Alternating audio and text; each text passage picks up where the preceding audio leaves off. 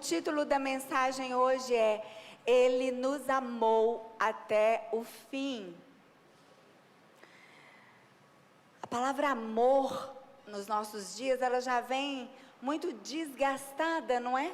A gente ama tantas coisas, a gente às vezes fala, eu amo essa roupa, eu amo o bolo de chocolate, eu amo tal lugar, eu amo viajar, e eu amo tal pessoa, e nesse mesmo amor a gente diz que ama ao Senhor. E todas as vezes que a gente generaliza demais algo, a gente cai no erro de não compreender o significado, a essência, o potencial daquilo. O que é o amor? O que de fato move dentro de nós quando nós dizemos, eu amo? A palavra do Senhor vai nos revelar o que é o amor, o que é essa decisão dentro do coração humano, porque o amor, ele é muito além de um sentimento. Vamos para o Evangelho segundo João, o capítulo 13, nós vamos ler o verso 1.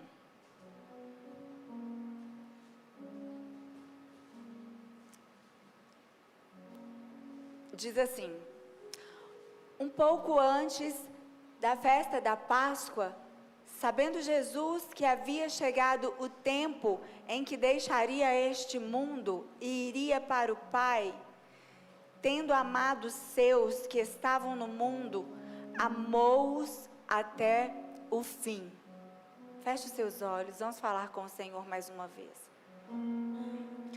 Pai querido, Deus de amor, eis aqui o teu povo, Senhor, a tua noiva amada. Eis-nos aqui, Senhor, assim como a corça suspira por águas, nós temos sede de Ti, nós temos sede da Tua palavra, queremos ouvir a Tua voz. Por isso te pedimos, Senhor, saca-me da Tua aljava, pela Tua graça e misericórdia, usa a minha vida para alcançar os corações nesta noite e a todos quantos receberem essa mensagem. Que o Senhor possa fazer aquilo que a eternidade espera, transformar vidas, no nome de Jesus. Amém e amém. Bom, João, ele mesmo se intitulou o discípulo amado. Tamanha profundidade que ele teve da revelação do amor de Deus. Você tem essa revelação? Você se sente o queridinho do Senhor, a queridinha do papai? Você pode dizer, eu sou a discípula amada, eu sou o discípulo amado de Deus. Pois ele se sentia assim. E o evangelho que ele escreveu, ele defende uma tese que Jesus, o Filho de Deus, é o próprio amor, que se entregou, o verbo que encarnou, o Logos que se fez carne e amou. Não teria como ele revelar o amor dele a nós aqui na terra, se ele não tivesse se despido da sua glória e aceitado vir ser um de nós. No grego original, aqui essa passagem que nós lemos, lá o Antigo Testamento foi escrito no hebraico e parte dele no aramaico, e o Novo Testamento no grego. E no grego, esse finalzinho que está assim, amou-os até o fim, essa expressão até o fim está escrito eistelos. E essa expressão, ela carrega um significado muito mais amplo. A gente precisa sempre falar assim da tradução bíblica, porque a tradução para cada idioma traz perdas do original. Na origem, esse até o fim não tem um significado de que findou, de que cessou o amor dele, porque senão a gente poderia perguntar, mas o amor de Deus tem fim? O amor de Deus acaba? Mas não, no original aqui, essa expressão ela pode ser entendida melhor como: Ele nos amou ao extremo. Ele nos amou de forma completa. Ele nos amou com perfeição, plenamente. Ele nos amou até a consumação, de limite máximo, sem limite. Então, e Ele nos amou até o fim. Ele foi até as vias de fato. Ele se entregou sem reserva alguma. João não está dizendo que o amor de Jesus teve um fim, como se terminasse. Muito pelo contrário, ele está falando da intensidade, da plenitude desse amor. É como se o texto dissesse: Jesus os amou da maneira mais profunda que o amor pode alcançar. E o contexto deixa isso ainda mais forte. Porque nós vamos entender, logo depois dessa declaração, Jesus vai lavar os pés dos discípulos. Ele vai servir, inclusive, aqueles que nos próximos dias, nas próximas horas, iriam abandoná-lo. Ele vai servir Judas, ele vai incluir Judas, mesmo sabendo que seria o traidor. Jesus, ele vai falar sobre amor e ele vai revelar o que é o amor. Jesus caminha ali conscientemente em direção à cruz. O contexto vai deixar mais claro, porque Jesus, ele não é aquele amor que depende dos acontecimentos. Ele amou até o último suspiro. Antes desse momento aqui, que nós estamos lendo, nós vamos ver que esse amor que ele foi revelando em todo o ministério dele, nesse capítulo 13 de João, nós vamos ver que vai se dar um start para os momentos finais da história de Jesus.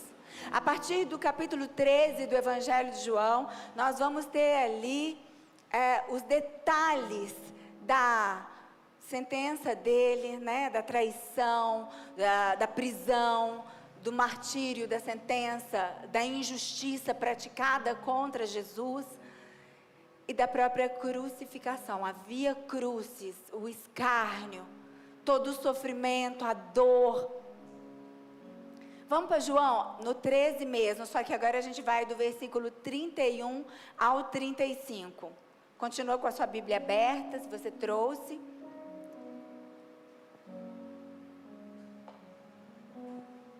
Depois que Judas saiu, Jesus disse: agora o Filho do Homem é glorificado e Deus é glorificado nele.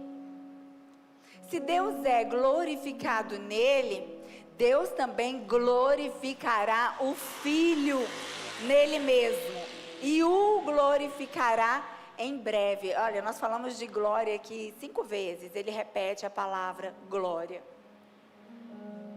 Meus filhinhos, vou estar com vocês apenas mais um pouco. Vocês procuraram por mim e, como eu disse aos judeus, agora eu digo a vocês: para onde eu vou, vocês não podem ir.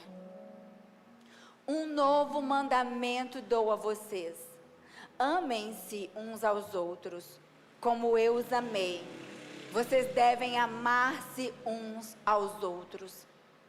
Com isso, todos saberão que vocês são meus discípulos, se vocês se amarem uns aos outros.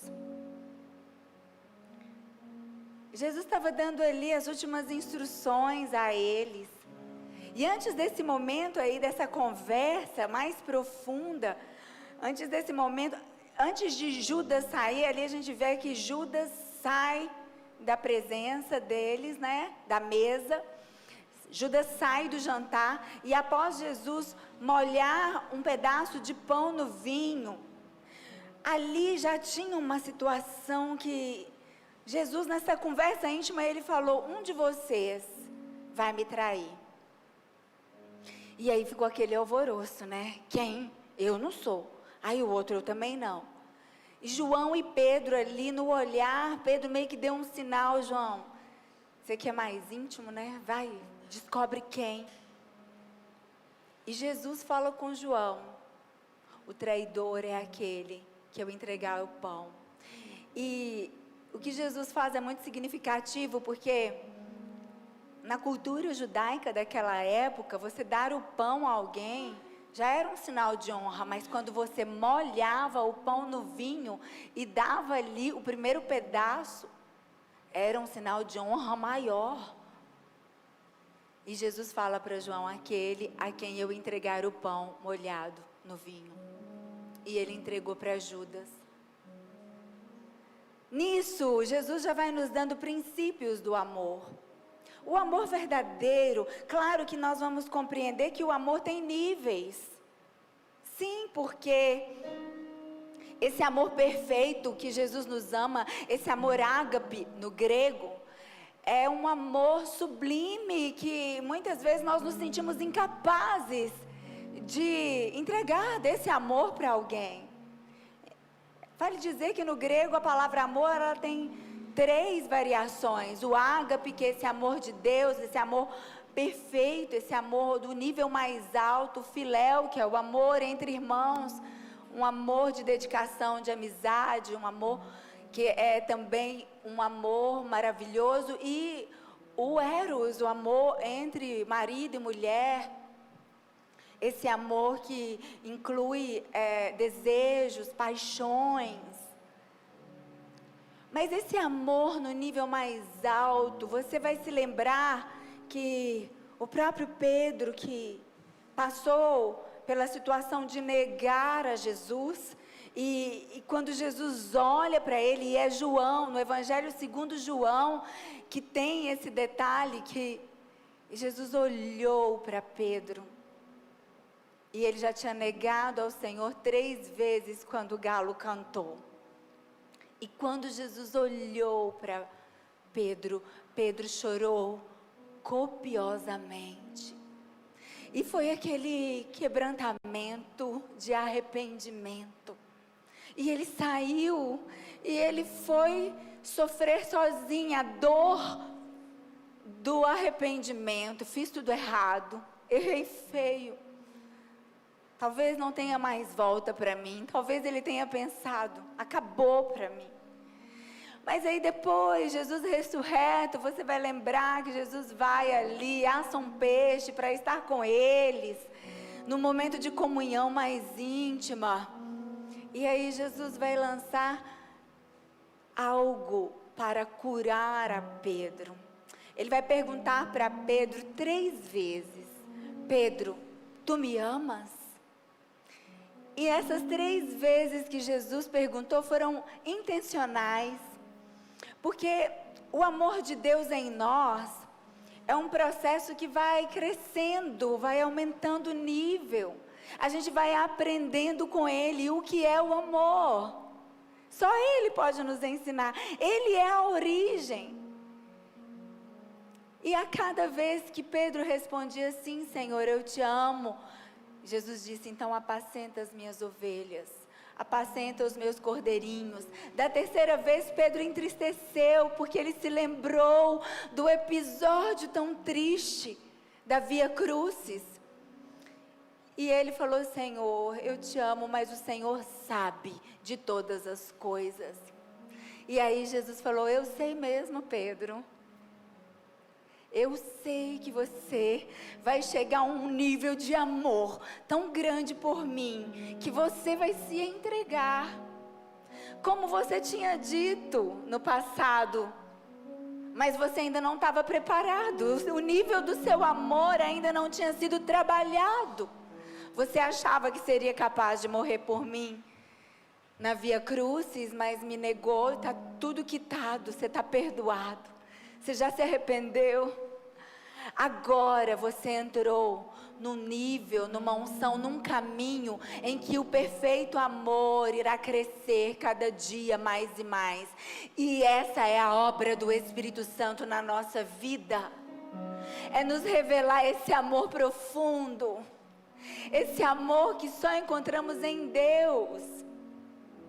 O capítulo 13 de João, ele vai inaugurar o chamado discurso de despedida, que vai até o capítulo 17.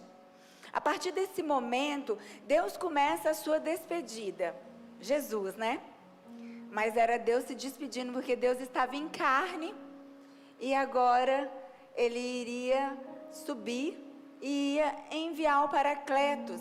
Então aí nós vamos ver, capítulo 13, Jesus fala: um novo mandamento eu vos dou, amem uns aos outros. É o amor no meio de vocês que vai revelar quem eu sou. E no capítulo 14, Jesus vai falar: eu vou para o Pai, não vos deixarei órfãos, o Espírito Santo descerá sobre vós. No capítulo 15, é a parte em que ele fala sobre a videira. O 16, sobre a dádiva do Espírito. O 17, a oração sacerdotal que Jesus faz.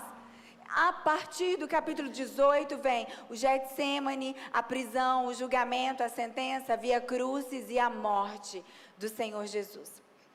Então nós encontramos deste ponto até o final do livro de João, as últimas horas de vida de Jesus, detalhes minuciosos de como Jesus encarou e como ele cumpriu a sua entrega de amor. Observe que logo após a saída de Judas ali do cenáculo, eles estavam ali no ambiente preparado para a última ceia. E Judas sai. Logo depois, porque Jesus fala: vai logo fazer o que você tem que fazer. Aí Jesus começa a falar de glória. Eu vou ser glorificado no Pai, o Pai vai ser glorificado em mim, e a glória de Deus vai descer. Exatamente naquele momento em que Judas saiu, tinha dado o start. É como que aquele momento ali não tinha como retroagir, era dali para frente. Agora vai. Apertou o botão, acendeu o pavio, e ali Jesus começa a falar de glória, e a gente vai compreender que a glória verdadeira, a glória que pertence a Deus, não tem nada a ver com a glória dos homens, não tem nada a ver com a glória que o mundo nos apresenta. Porque quando alguém em glória se coloca no meio de todo mundo, a gente logo percebe a diferença. É aquele que se destaca por sua premiação, por sua conquista, sua honra, sua inteligência, o concurso. É aquele que, pela sua riqueza, pelos seus dotes, pela sua beleza, conquistou os altares da terra. Sabe quando chega e as pessoas abrem o caminho e todo mundo... E a pessoa se sente... É a pessoa que tem o dom no esporte, é o melhor jogador, é o melhor cantor, é o prêmio Nobel da Paz. Isso é a glória deste mundo. O homem mais rico, o mais inteligente, o Guinness Book. No céu não é assim. A glória de Deus está diretamente ligada ao amor. A glória de Deus está ligada à entrega. O amor se entregou no nível mais alto. Ele nos amou até o fim. Ele nos amou até exaurir qualquer possibilidade de amor maior. Ele foi no ápice. Isso é glória. Isso é a glória em que Cristo revelou na terra. A glória de Deus pôde ser vista através de Cristo crucificado. Aquele que não tinha pecado, aquele que não tinha nenhum delito a pagar, nenhum erro sequer, por amor se entregou. O grande momento da glória de Jesus é o seu sacrifício. Glória e honra no mundo em que vivemos são totalmente diferentes da glória e honra reveladas em Cristo. Só de olhar para a história do nosso Senhor, gente. Nasceu numa manjedoura, um judeu pobre, filho de um carpinteiro, uma dona de casa. O sacrifício que levaram no templo, porque na cultura judaica, quando se nascia um bebê, no 8º dia, Jesus era judeu, dentro da tradição, tinha que levar o 8º dia para a circuncisão. Jesus foi circuncidado. E também a família levava uma oferta, um animal para ser sacrificado. As famílias abastadas levavam bois cevados, cordeiros, animais grandes. As mais simples e pobres levavam pássaros, pombas. Foi o que a família de Jesus levou. Ele não recebeu a glória deste mundo. Jesus não recebeu nenhum prêmio do homem mais inteligente do mundo, apesar de ser. Nenhum prêmio de ser o príncipe da paz na terra, muito pelo contrário. Muitos disseram que ele era filho de Belial. Ele não recebeu nada que esse mundo poderia dar para ele. Ele disse ao diabo, aí ó, ali vai Satanás. Eu não tenho nada com ele e ele não tem nada em mim. E é assim que ele quer fazer conosco. O Espírito Santo foi enviado para aqui dentro mudar a nossa perspectiva, mudar os nossos valores, os nossos princípios. O que é glória para você? Você está atrás do quê? Você vive todos os dias, você gasta cada um dos seus dias, sua saúde, seu tempo, seu dinheiro, seus recursos, tudo que você tem, sua família, atrás de quê? Porque se você for no mantra do mundo, se você estiver indo de acordo com o príncipe da potestade do ar, de acordo com o ritmo deste mundo, você vai correr atrás de fama, dinheiro, reconhecimento, medalhas. Você quer galgar pódios, altares da terra. Mas Jesus vai revelar que a glória dele é diferente. O grande momento da glória de Jesus é o sacrifício. Jesus foi açoitado, cuspido, coroado com espinhos, pregado no madeiro. Mas a maior dor não foi apenas física. Foi carregar sobre si o pecado da humanidade. Por que alguém em glória se coloca no meio de todo mundo de maneira assim?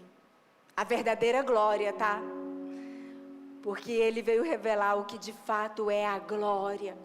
A glória que os anjos cantam, glória, glória a Deus nas alturas. A glória que foi revelada àqueles magos, àqueles 3 reis. Quando olhando para o céu, a estrela os levou até aquele lugar onde estava o menino Jesus. Glória, glória a Deus nas alturas. Jesus nos revela uma glória eterna e poderosa, uma glória muito maior do que essa que o mundo apresenta. A glória de Deus está diretamente ligada ao amor sacrificial. Amar, portanto, querido, e ser amado tem a ver com Deus. Nada é difícil para aquele que ama, não é mesmo? Quando você ama alguém, nada é complicado. Você se dedica, você dá o seu máximo, você espera horas. Nós mães sabemos disso. Não é? É mãe turista, vai, busca, vai, volta, daqui uma hora liga de novo, esqueceu isso, esqueceu aquilo, quer comer isso, quer comer aquilo, você se desdobra. Os pais também sabem amar profundamente, mas pai também tem limite. Pai fala, não, isso aí, se você quiser, você faz. Aí vai a mãe lá e serve lá na mão. A gente até estraga, é ou não é?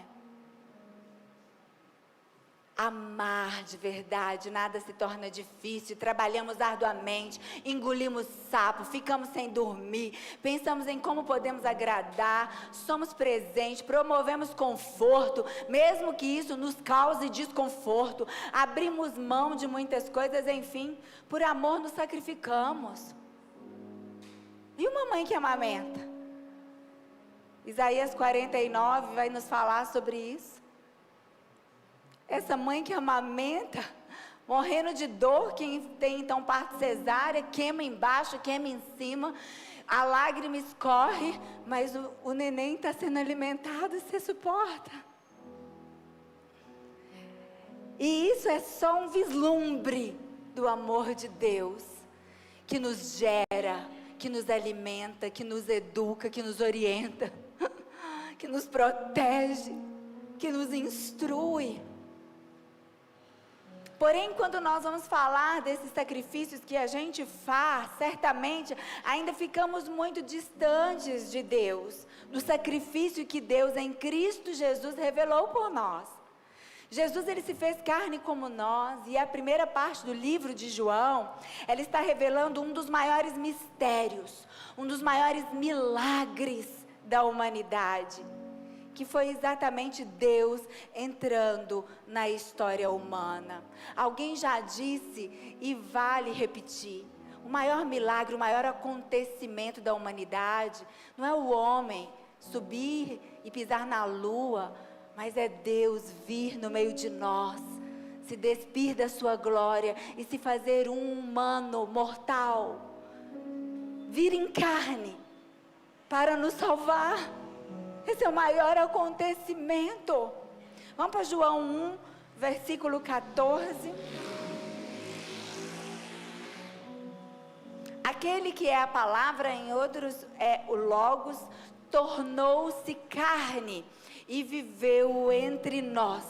Vimos a sua glória, glória como do unigênito vindo do Pai, cheio de graça e de verdade.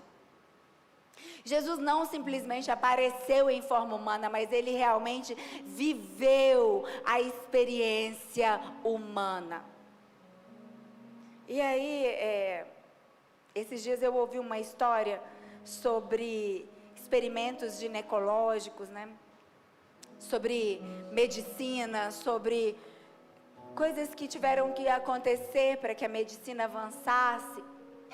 No século XIX, o médico J. Marion Sims, ele realizou experimentos ginecológicos em mulheres negras escravizadas. Havia uma crença naquela época, uma crença racista, de que pessoas de pele negra eram mais resistentes à dor. Portanto, não se utilizavam anestésicos, não era acessível, então tinha, no geral, né? Para esses procedimentos que contribuíram muito para os avanços da medicina, especialmente no trato da ginecologia. Hoje nós mulheres somos beneficiadas com descobertas que foram feitas através de muita dor, através de sofrimento de mulheres, sem anestesia. A inteligência do médico, o cientista, usando do que ele tinha. Isso hoje, até só de falar, a gente sente repulsa, mas aconteceu às custas de muito sofrimento, um avanço na medicina. Algo bom foi extraído de muita dor. Aí quando eu ouvi isso, e durante a semana eu estava preparando a mensagem, o Espírito Santo falou, Jesus veio para ser a mulher. Ele veio não para ser o médico, para descobrir aquilo que ia ser a cura. Ele veio para passar a dor. Ele veio para sofrer a dor. Ele veio e ele se colocou no nosso lugar. Qual a maior dor que você já sentiu? Talvez nós não tenhamos passado por esse tipo de dor, por situações tão difíceis como essa, dessas mulheres. Mas não tem um sofrimento sequer que nós possamos dizer, esse Jesus não conheceu. Jesus, o próprio Deus, ele se fez carne.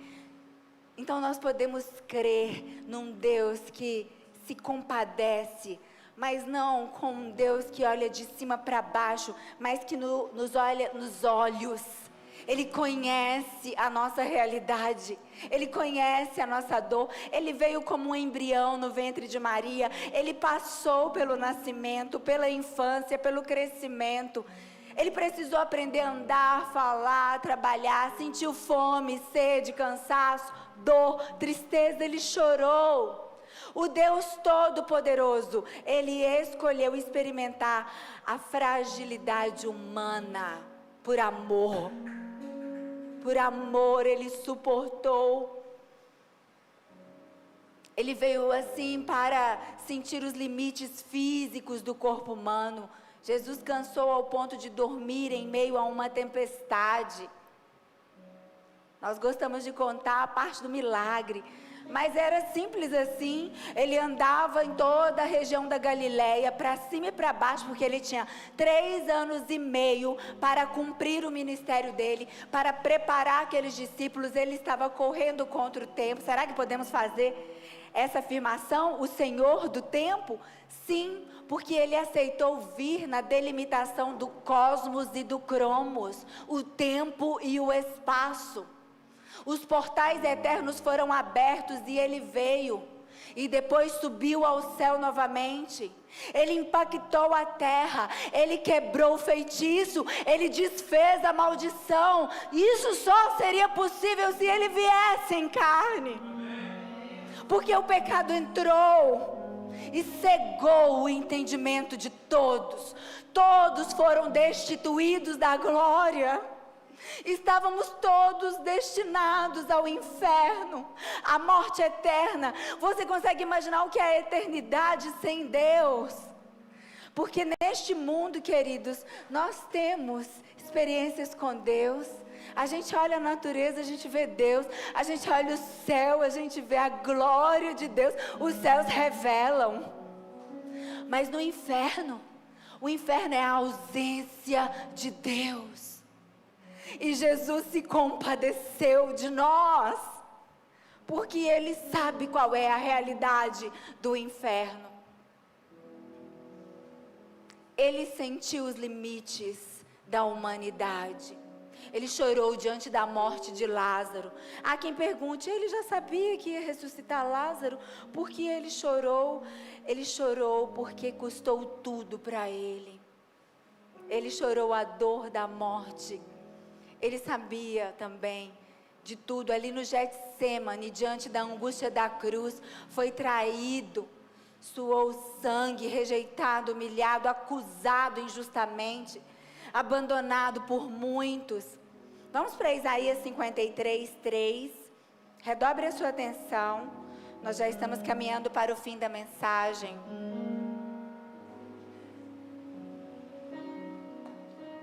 Foi desprezado e rejeitado pelos homens. Um homem de dores, experimentado no sofrimento.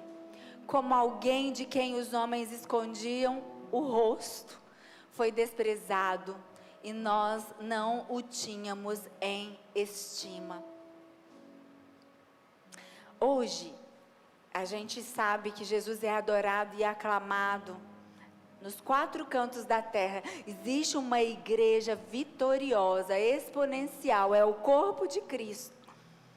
Mas também existe uma realidade daqueles que o odeiam, que o desprezam, que rejeitam o sacrifício dele. Ele nasceu em extrema simplicidade, precisou fugir para o Egito, ele ainda era bebê, porque Herodes queria matá-lo. Jesus sabe como é a dor de ser um refugiado. Ele viveu as necessidades de uma família pobre, Jesus sabe o que é ser pobre. Como filho de um carpinteiro em Nazaré, ele também veio de uma cidade desprezada, ele sabe o que é ser olhado de cima para baixo. Ele foi olhado assim pelo Sinédrio. A Bíblia não relata Jesus enfrentando enfermidades no próprio corpo, porque o corpo dele foi gerado em santidade.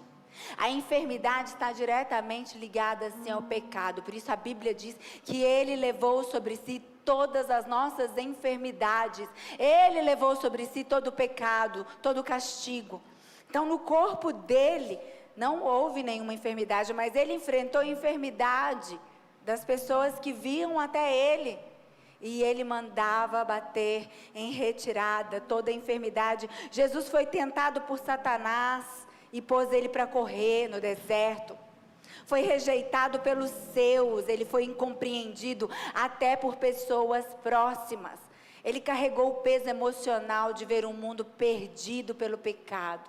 Vamos para Mateus 26, 38. Disse-lhes então: A minha alma está profundamente triste, numa tristeza mortal. Fiquem aqui e vigiem comigo. Jesus esperava encontrar algum amor, mas havia densas trevas. As trevas estavam se movimentando. Lembra do start? O pavio foi aceso. O inferno começou a se movimentar, as trevas começou a ganhar força.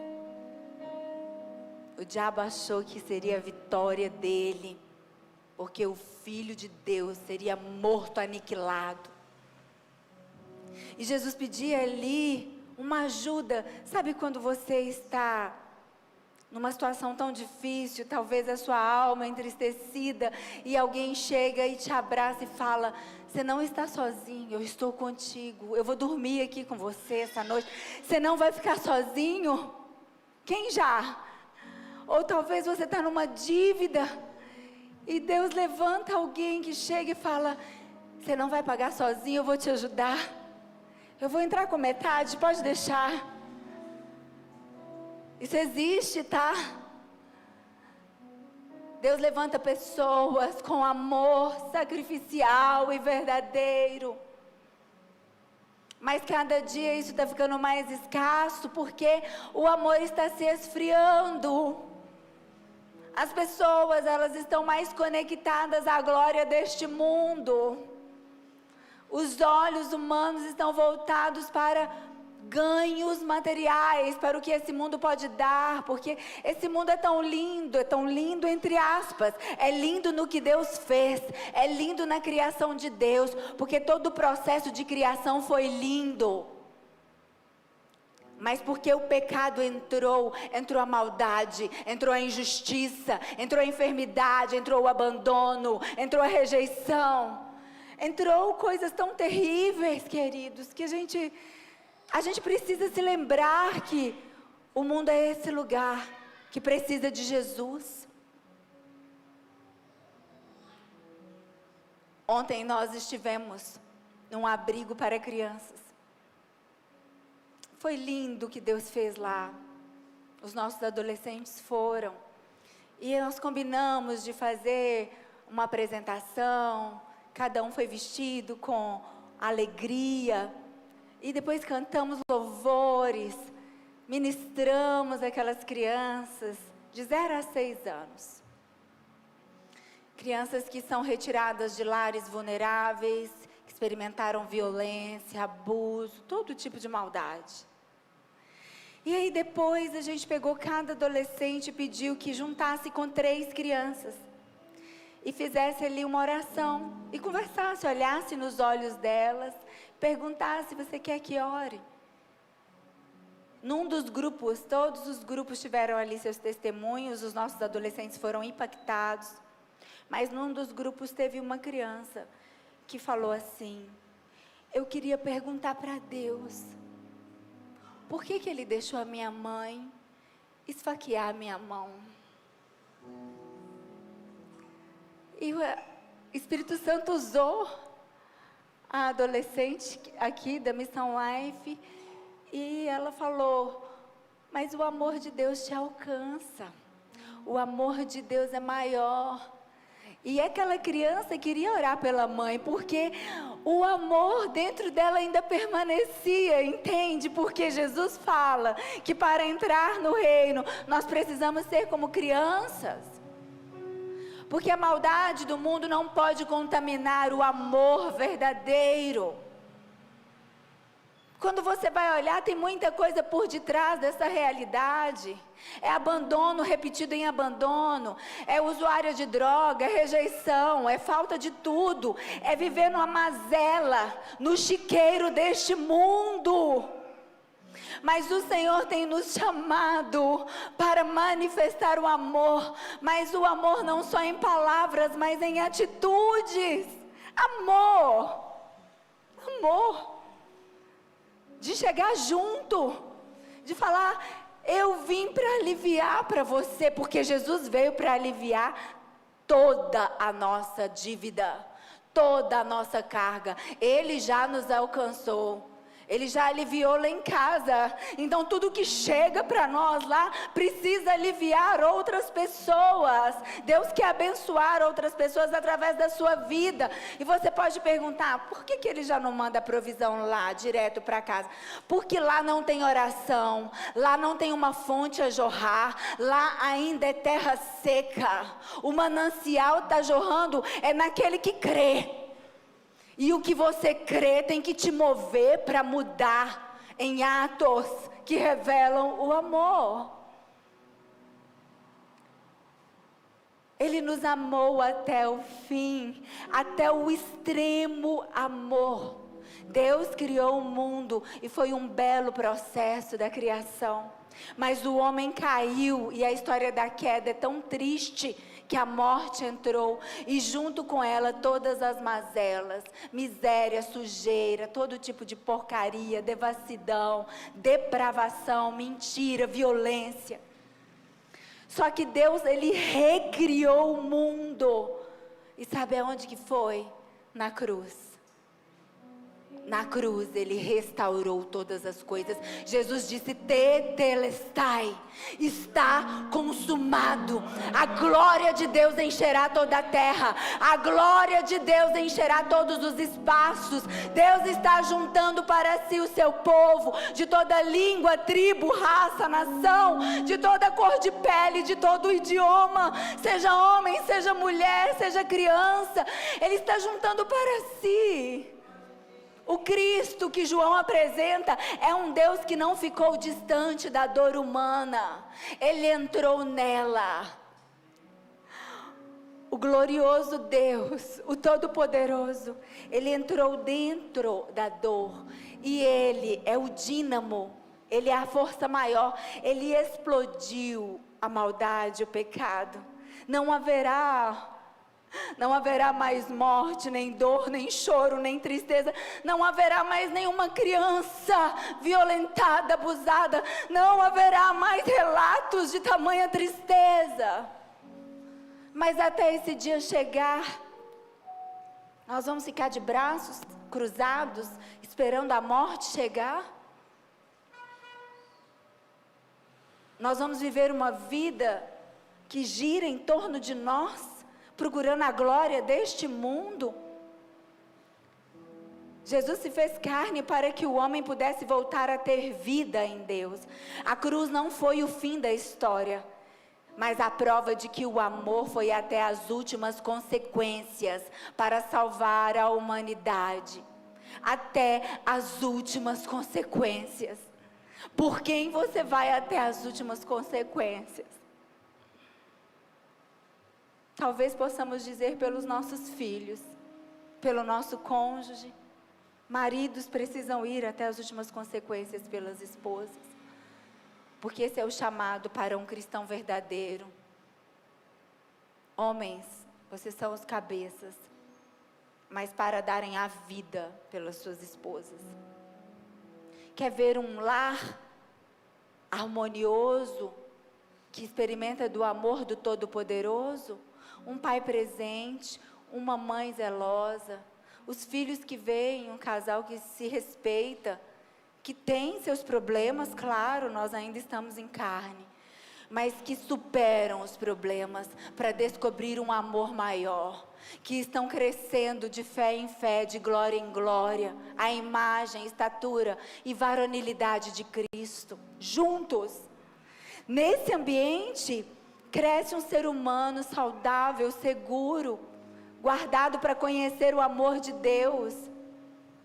A cruz é a autossubstituição de Deus. A cruz é a revelação do amor que quebra a maldição. Lembra dos contos infantis? Em que o feitiço da maldade só poderia ser quebrado através do verdadeiro amor?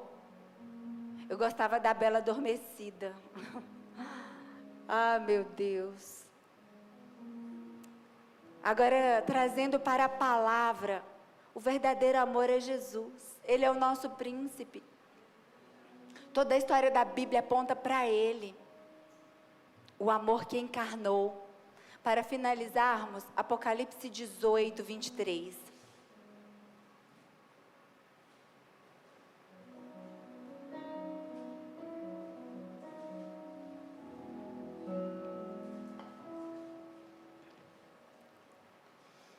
Nunca mais brilhará dentro de seus muros a luz da candeia. Nunca mais se ouvirá ali a voz do noivo e da noiva. Seus mercadores eram os grandes do mundo. Todas as nações foram seduzidas por suas feitiçarias. Esse aqui é o cenário do encantamento na terra, né? Apocalipse está mostrando aqui, e essa palavra feitiçaria, no original grego, é farmakeia, com o PH. Farmakeia, a mesma palavra usada para farmácia. No contexto bíblico, ela está ligada a práticas ocultistas, manipulação espiritual, sedução enganosa, corrupção das nações. Eu não estou endemoniando os remédios e nem os laboratórios, apesar que tem muita coisa acontecendo aí que a gente sabe que está entorpecendo a humanidade.